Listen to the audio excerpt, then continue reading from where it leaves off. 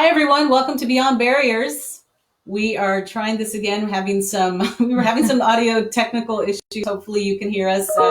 Give us a thumbs up or hit us up in the comments box if you can hear us now. So welcome. We're here, super excited to be here, being able to connect with all of you and better understand what's going on. And today we thought we would talk about confidence because we've been connecting with several of you, having the opportunity to talk to you. And it seems one theme that's been presenting itself is that we're struggling with confidence a little bit. Basically, all the adversity that we're dealing with, it can take a toll on your mental state, on your mindset, on confidence. And we have several people who are dealing with job loss and, or business losses. Losses as well. There are a lot of people that either had very successful businesses that are struggling right now and barely going to survive. And there are other people that were about to launch businesses that now have to pause and rethink and pivot. And that can take a toll on your confidence because every time you start again, you start to think, am I going to make it? Yes. Right? Whether it's a job or a new business, you start to think, do I have it in me? Am I going to make it? What if it doesn't work? What about all the time and energy and the effort that I'm expending on this? What do I do? Right. So it's a pretty challenging situation, and adversity usually has two effects.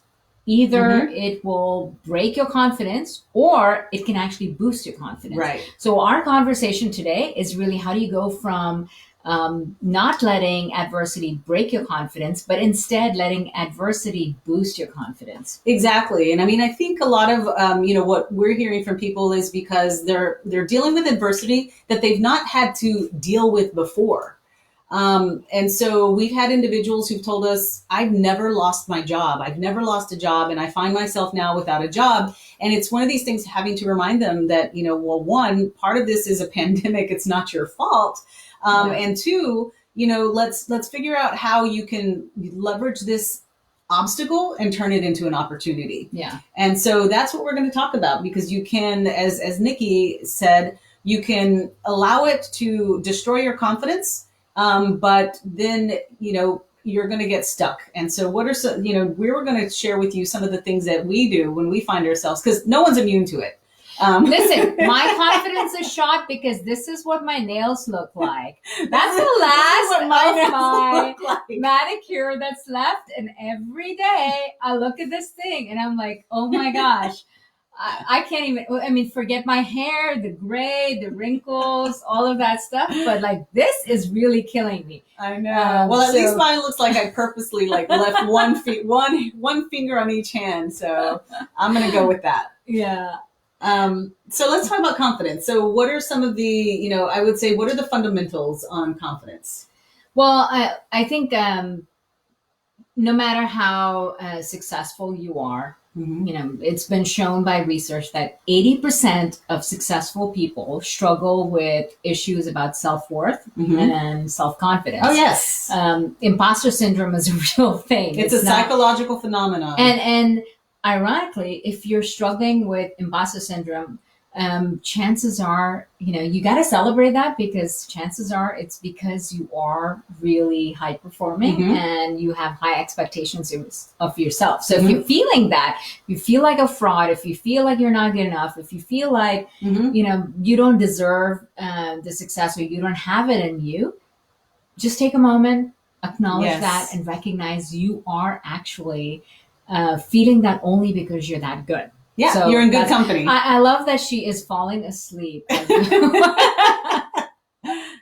This is Luna. She's paying attention. She's about to talk as well, so pay close attention. Yeah.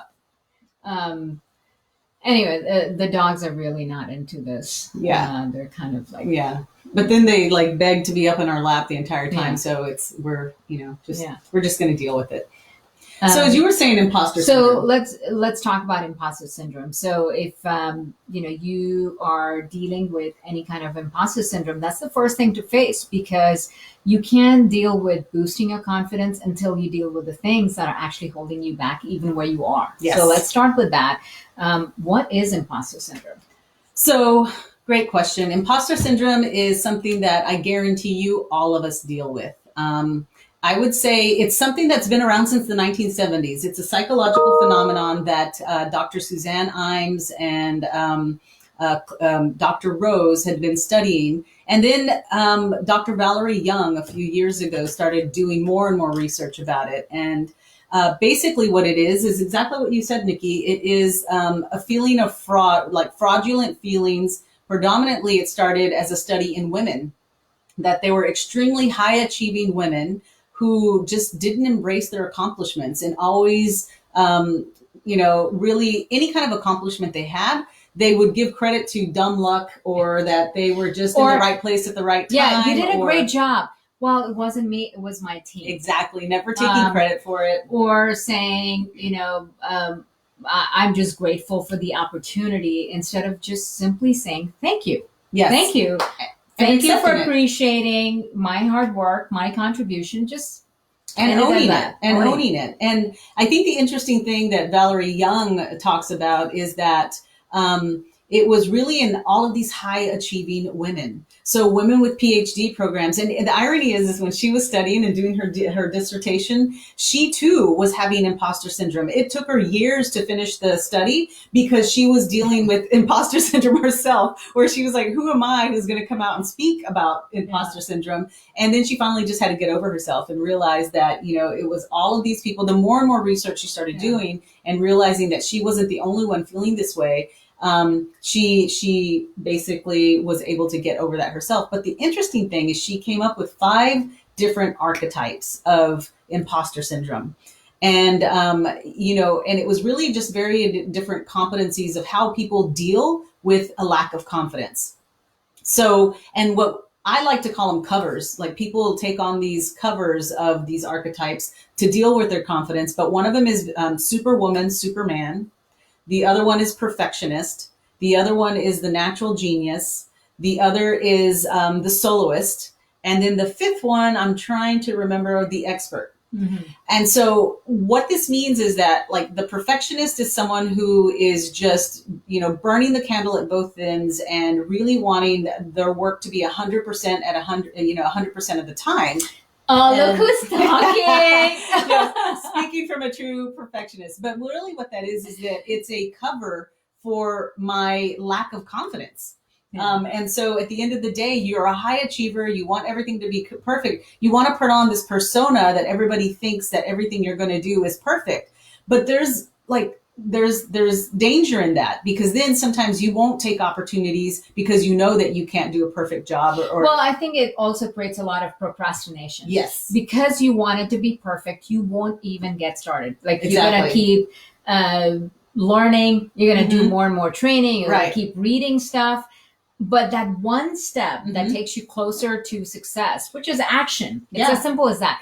Action can solve a lot of things, but you're not going to get started on that because you want to know it all, know it perfectly, and only then take that first step. And so the challenge with someone who's a perfectionist, it really comes down to just procrastinating it because you don't feel like you it's not ready yet. It's not ready. Only half baked. Right. I can't put it out there. It's not perfect. It's not ready. Yeah. And then the opportunity passes them by. So I think ultimately at the end of the day, perfectionists just have to think about just putting version 1.0 out there and knowing that there's going to be version 2.0 and 3.0 and just get used to that. And like I was trying to explain to Nikki, I could be a procrastinator, but it's because my perfectionism is playing out where I want to compress the amount of time that it's painful for me. And then you miss opportunities. There are times where you don't take a role because you don't think you're going to be perfect for it, opposed to saying that I'm constantly evolving. Yeah. It's sort of,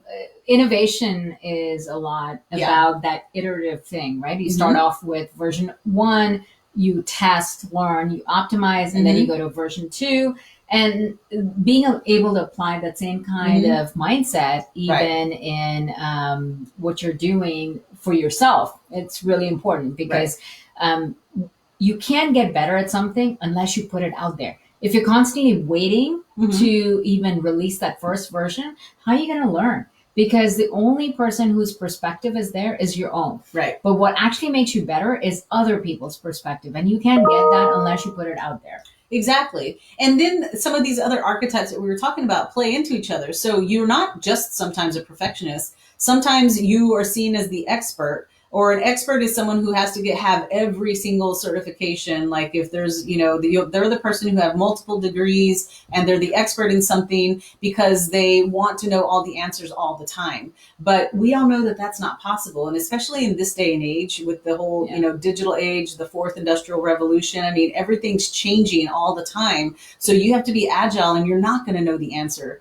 So individuals who are experts or who have that archetype lose confidence when they don't know the answer. Yeah. And they're going to, it's one of those things they're going to have to get over it or flip that mindset, because more and more now with the way that things are changing, you're not going to know the answer. Well, there's research that shows that the people that are going to do really well over the next 10 years, especially in terms of a very digital age and a lot of transformation that's happening, are not the people that know it all. It's the people that learn it fastest. Mm-hmm. So the skill of learning is actually more valuable than the skill of knowing. Mm-hmm. And so that's kind of something to keep in mind. For perfectionists, we tend to derive our self-worth or our confidence based on how much we know. Mm-hmm. But you got to recognize that the people that are going to really thrive in the future are going to be not the ones that know it all, right, but the ones that have an incredible ability to learn new things. Yeah. And so learning is the only skill that matters. Right. And then one of the other archetypes that I find interesting, and I think that I definitely suffer from as well, I see myself in every single one of these. So if, I'm sure I'm in great company if you all are feeling the same way, but there's also the natural genius, where when you were younger, maybe in school, high school, elementary, you name it, everything came kind of easy to you. Anything that you applied yourself to, it was really easy. And then when you finally get to something that is really hard, then your confidence is shot, because you're like, why don't I know this? Why can't I figure it out? And it's even worse than being a perfectionist, because you feel like you not only have to get it right, 100% right, but you got to get it right the very first time, because usually these things come really easy to you.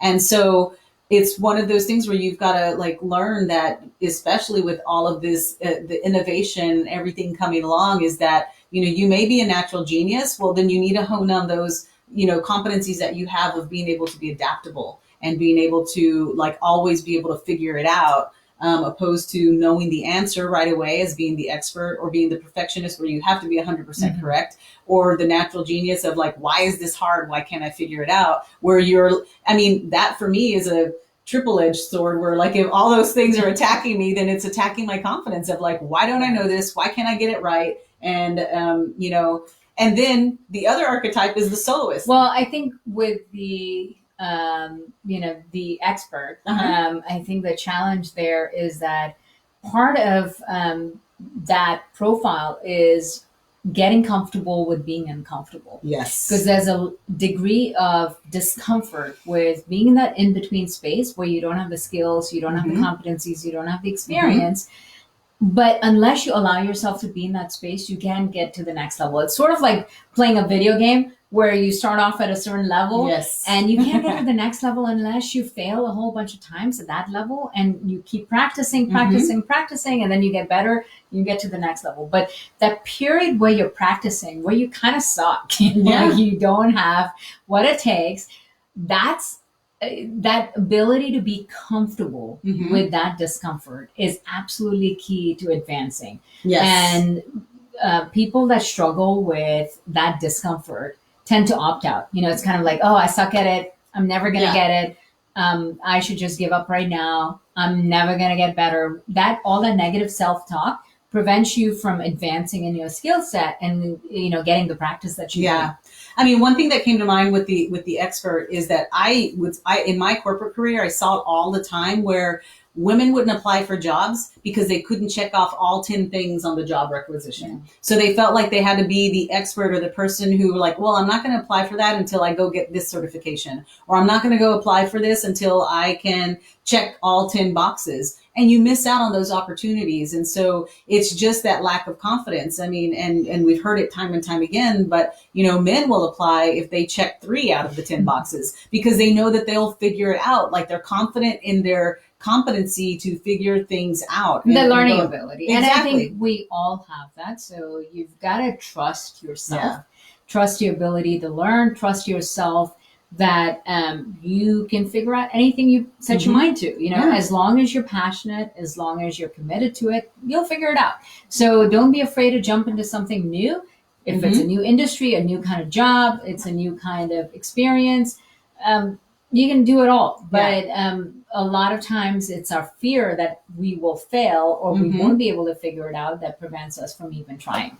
Yeah, I mean, and so like we mentioned, the perfectionist is one of them. The expert is the other. Then you have the stock is so. Then you have individuals who are the soloists. So and you may be dealing with all of it. So you may, as the expert, saying, "I don't know the answer," but then you don't want to ask questions because then you're afraid that people are going to question your level of authority or your level of expertise, and she's a fraud because she's supposed to be an expert in this and doesn't know the answer. I think the fear there is if I ask questions, it means I don't know. Yes. Whereas if you think of it more as if I ask questions, it's because I desire to get better, and we can get even more advanced in that, right? So don't let the fear of not knowing prevent you from getting the help because and in some ways, if you think about the global economy today, we're so connected. Like the internet has connected all of us. It's sort of a collective intelligence. And if you rely just on yourself, you're almost taking away from your collective intelligence. So anyone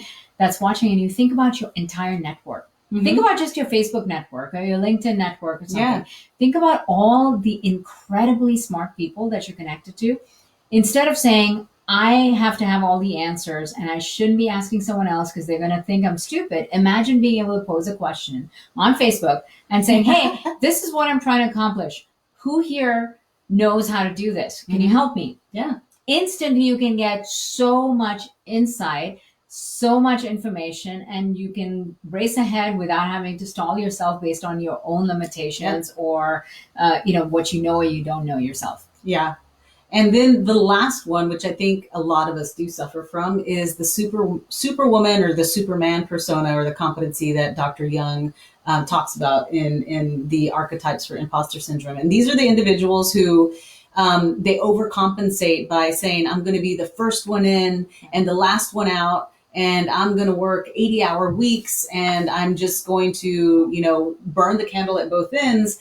And at the end of the day, well, you're using hard work as a substitute for results. Right. Hard work matters. Yes, you need to hustle. You need to do all the right things, but that's not what you're getting paid for. And that's not what the world values. Ultimately, everybody values one thing, results. Yes. That's it. Absolutely. The only reason someone wants your help is because you can produce a certain result that they want, right? So they have a problem, you have the solution. That's what makes you valuable. So if you are not able to produce that result, it doesn't matter how many hours you put in. It doesn't matter what you're doing. So fixate more on the results as opposed to the hours. But the Superwoman persona really comes down to someone who values the hours and the effort and loses sight of the results. Right.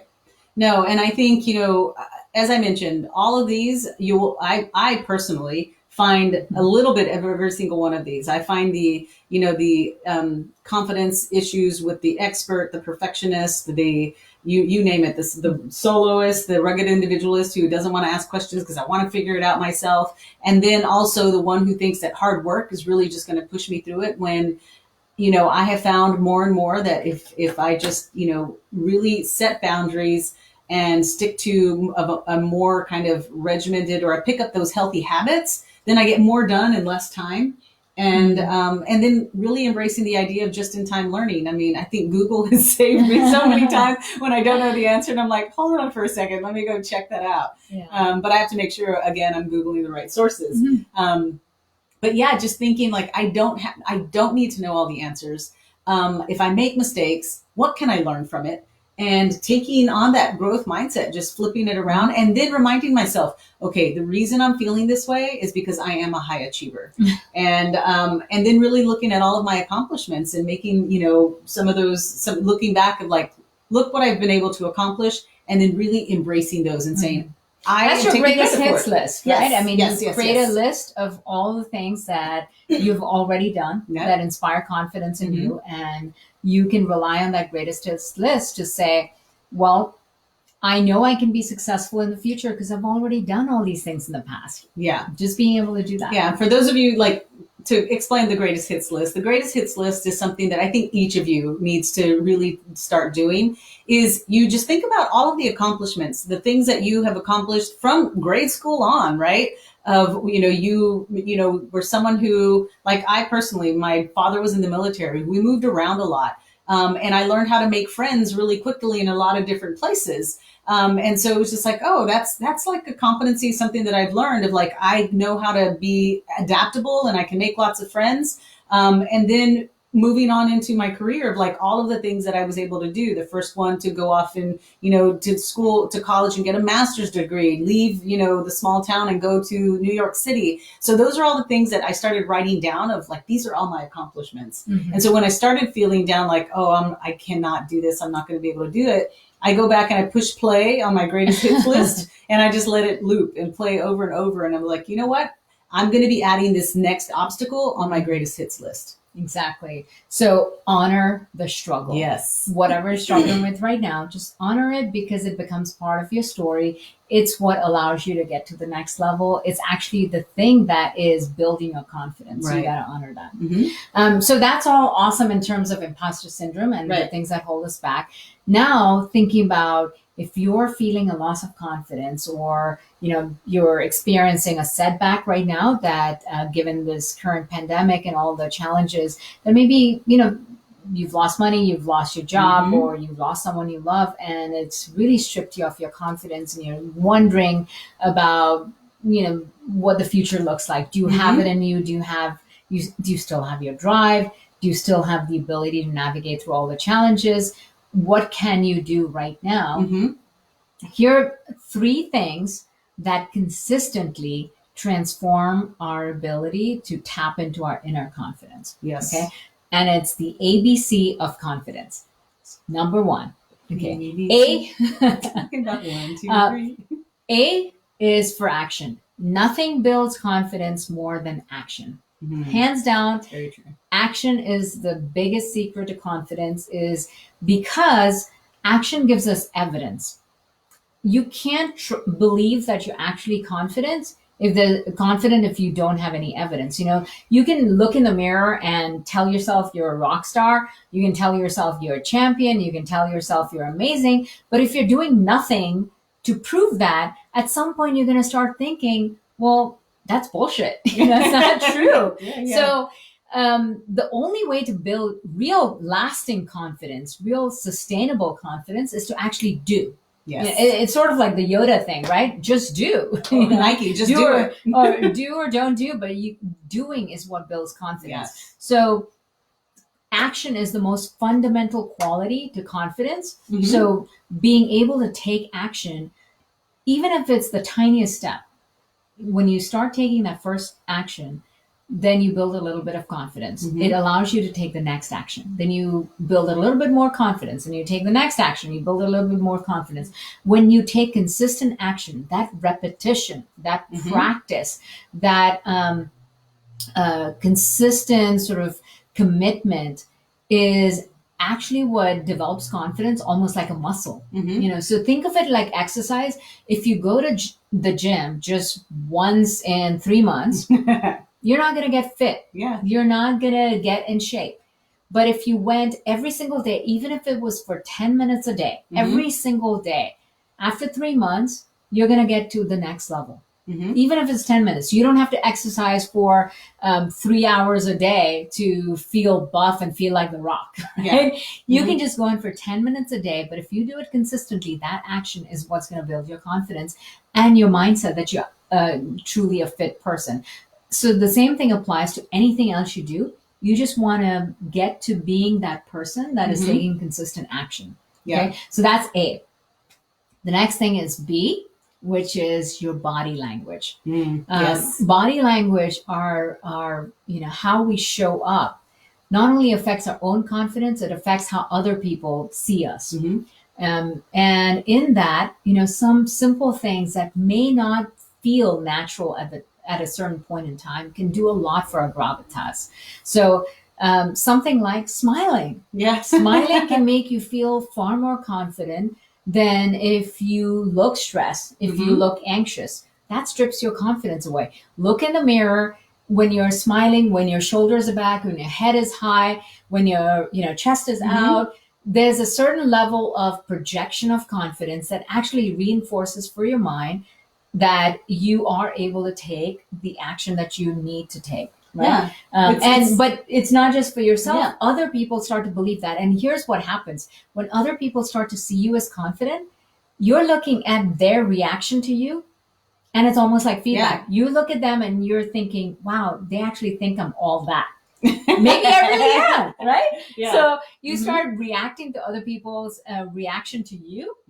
And you start to believe that about yourself. So that positive reinforcement is actually building your confidence. Yeah, I mean, it's physiological and it's biological in some instances because you see it all the time too. I mean, when I lived in New York for almost 2 decades, I mean, you would see like the pigeons like puff up around like the other female pigeon, and you're like, oh my gosh, or the peacocks spreading their like. Where are you seeing peacocks in New York City? Not in New York City. I would see peacocks actually in where I went to college in Lubbock. There was a restaurant called County Line, and they had tons of peacocks all the time. And when the peacocks were showing off and confident, their tail would spread, and it's just like, so I mean, it's just those things where when you like kind of sit up and you want to impress somebody, you pay attention to that body language because it does make you feel good. I mean, you stand up taller and straighter. Well, isn't that what they say about, if you had to come face to face with a bear in the woods? What do they do? Oh, you know what? I have an amazing story. So when I worked for Goldman Sachs, we were opening up the office in Salt Lake City, and the office was nestled in the mountains, like on the foothills of the mountains, and people were having encounters with mountain lions. And so they sent out this email and they showed a picture of somebody that said, if you encounter a mountain lion in the parking lot, make yourself bigger, put your hands out and show your teeth. And I was like, everybody was laughing and joking about it, but it works because you just made yourself bigger and you showed your teeth and the mountain lion gets scared. Well, so speaking of making yourself bigger, there's this incredible TED Talk by Amy Cuddy that talks about the power pose. And all you do is, put your arms out in a V shape and you stand out, you make yourself bigger. And that just expands, the ability to take space, the ability to, expand yourself. Own the space you're in makes you feel physically confident. And that's incredible. And, I think that's one of the things that you have to be conscious about is that are you doing things with your body language, which is making you smaller, or are you getting bigger? Take up the space. So, and it's a very sort of physiological, I think the power pose is probably much more graceful than a. Next time I'm scared, I'm just gonna. Yeah, exactly. But being conscious of that to say, how do I show up? Yes. Am I showing up with gravitas? Am I feeling confident in myself, but not only inspiring confidence in other people? Right. Being conscious of your body language can take you much further in how you should. So if you're going into an interview, if you're going into an important meeting, a board meeting, or you're trying to close a deal, or maybe you're trying to propose to someone, whatever that is, you want to show up with the kind of body language, the kind of physical posture that allows you to feel like the best version of yourself.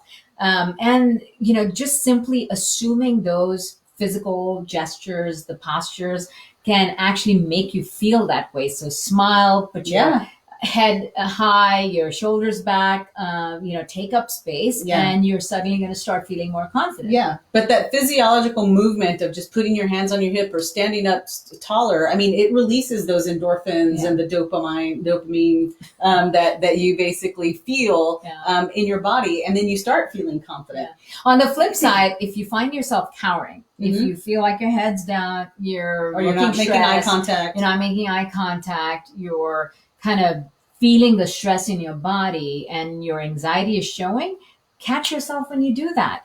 Change your physical posture, change your, physical stance and become more conscious about how you're showing up.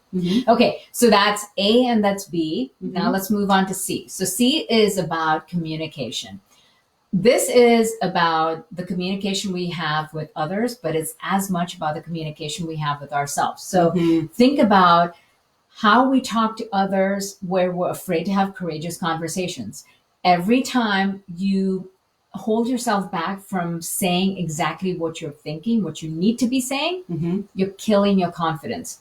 If you need to face someone and tell them, deal with a difficult conversation, when you actually do it, you're going to feel more confident, right?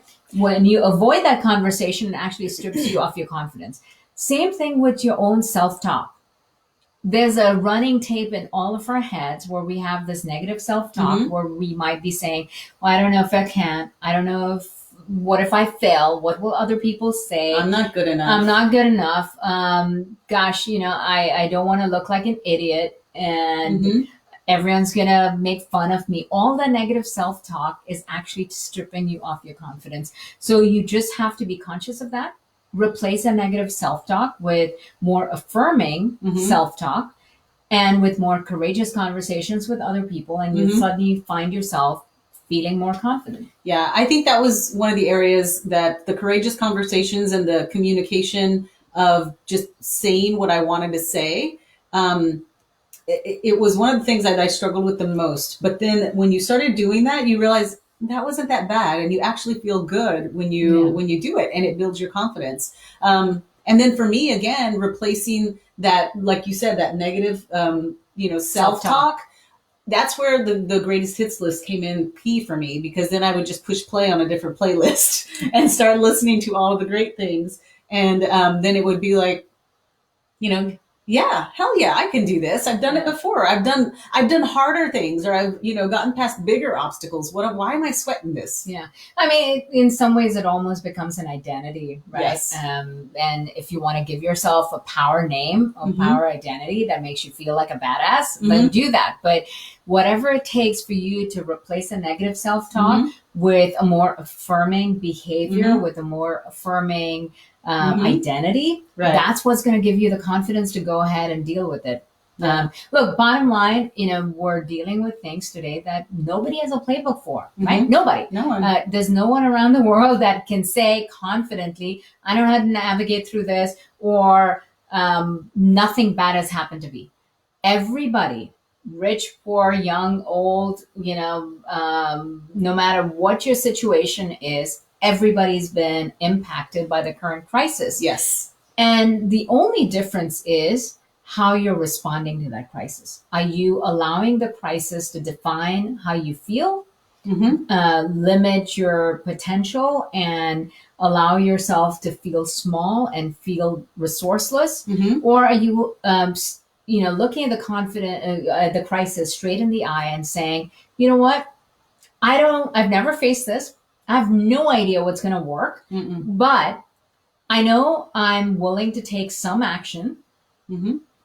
Even if it's not the right action, I'm willing to take the action. Yes. I'm going to, start taking some steps. Second, I'm going to have the stance of a badass, I'm going to take that power stance and I'm going to deal with whatever obstacle comes my way. And third, I'm going to not let that negative self-talk prevent me from what possibilities exist. I have no idea what the possibilities are. So let me avoid the negative self-talk and not let that negativity and the fear get in the way of what's possible. Yeah.